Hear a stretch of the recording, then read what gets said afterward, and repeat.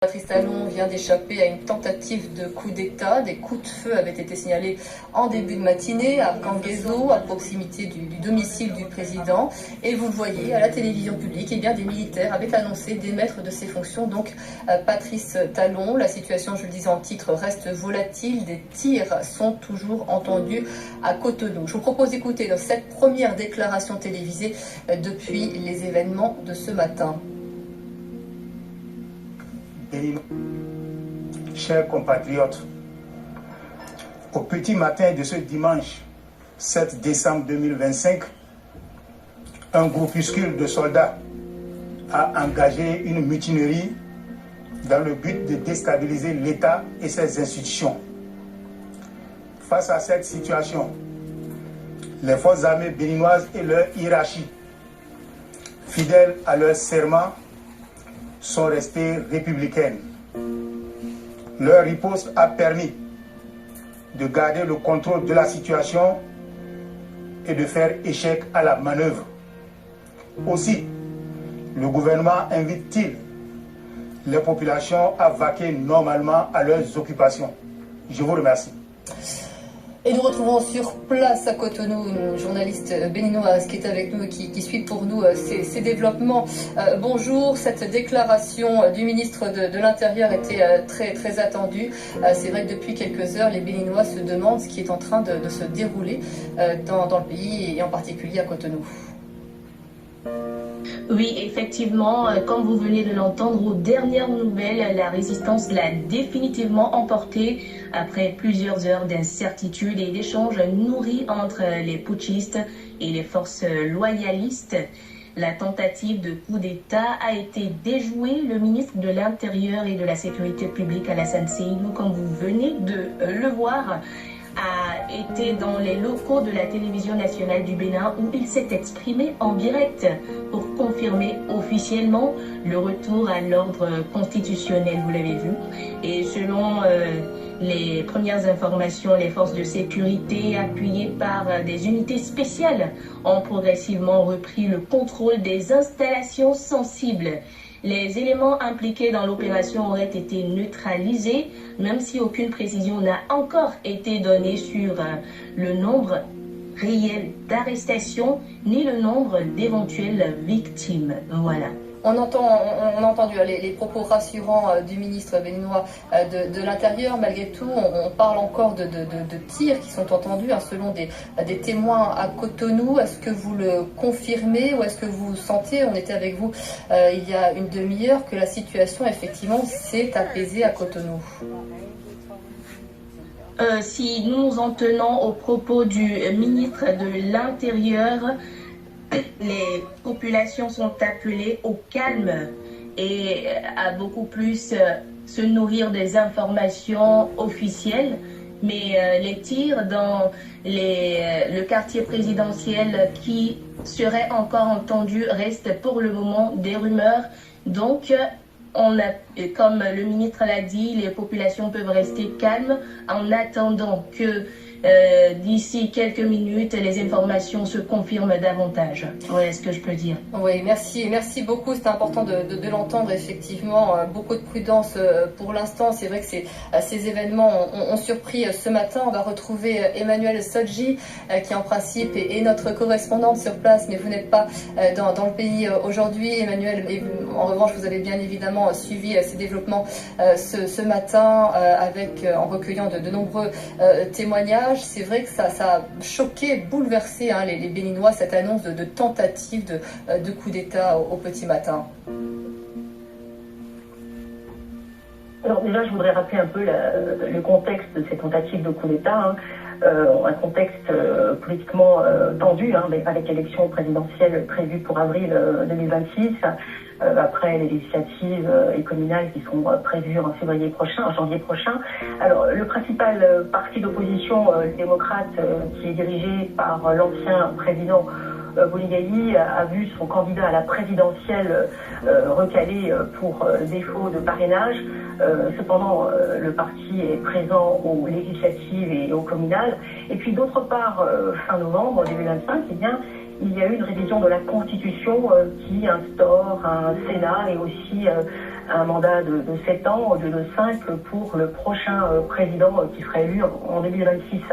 Alors il y a aussi cette notion de trêve politique de 6 ans qui a suscité beaucoup de controverses, parce que par cette trêve, eh bien, il s'agit de faire taire la compétition électorale pour permettre, selon les défenseurs de cette révision, eh bien, de laisser le président travailler à la construction du pays.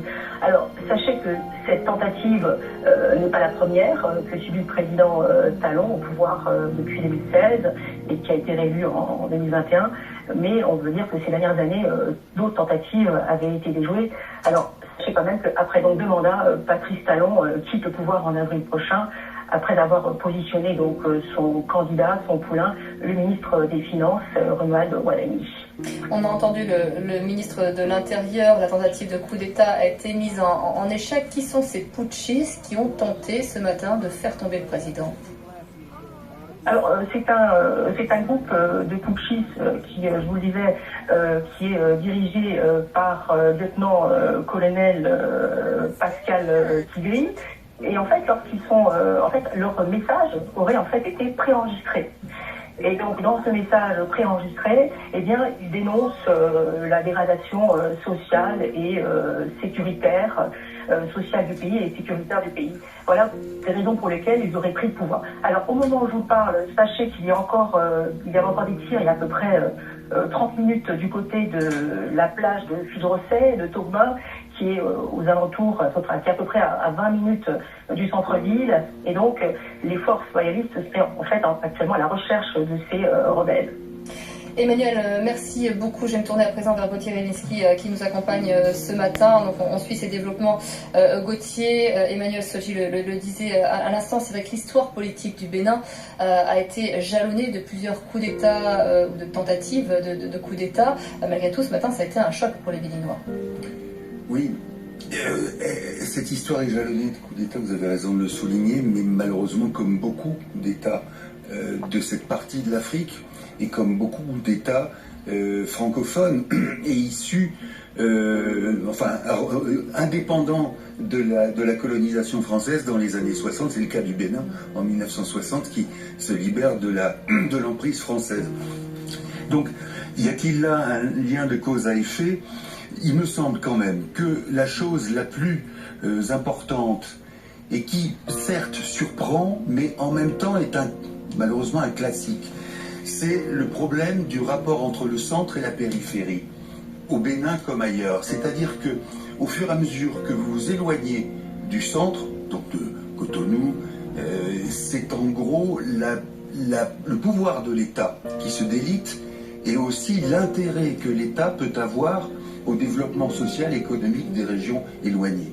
Et par la suite, vu la situation géographique du Bénin, proximité avec le Burkina Faso, avec le Niger, il y a eu par capillarité le phénomène terroriste qui s'est petit à petit dirigé vers le Bénin, moindre mesure bien sûr que les autres pays, et qui a pour effet de renforcer des poches de pauvreté, dans la mesure où la lutte contre le terrorisme implique l'allocation de sommes en termes budgétaires qui sont considérables et qui empêchent précisément de soutenir, de renforcer la croissance de certaines régions du pays dont je vous parlais, parce que précisément l'allocation des richesses va vers cette lutte contre le terrorisme. Ça ne veut pas dire que c'est tout le problème, c'est une partie du problème, avec bien sûr le fait que vous avez toujours la conscience que tout doit passer par le centre, son pays finalement très centralisé, et que de ce fait-là,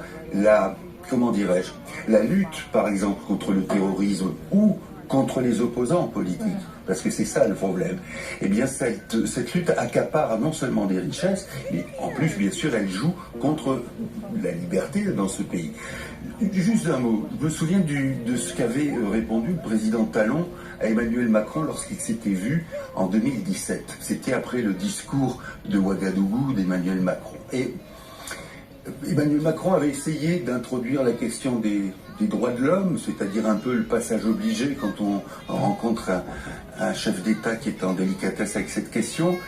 Et Patrice Talon lui avait dit « Mais qu'est-ce que vous croyez en substance ?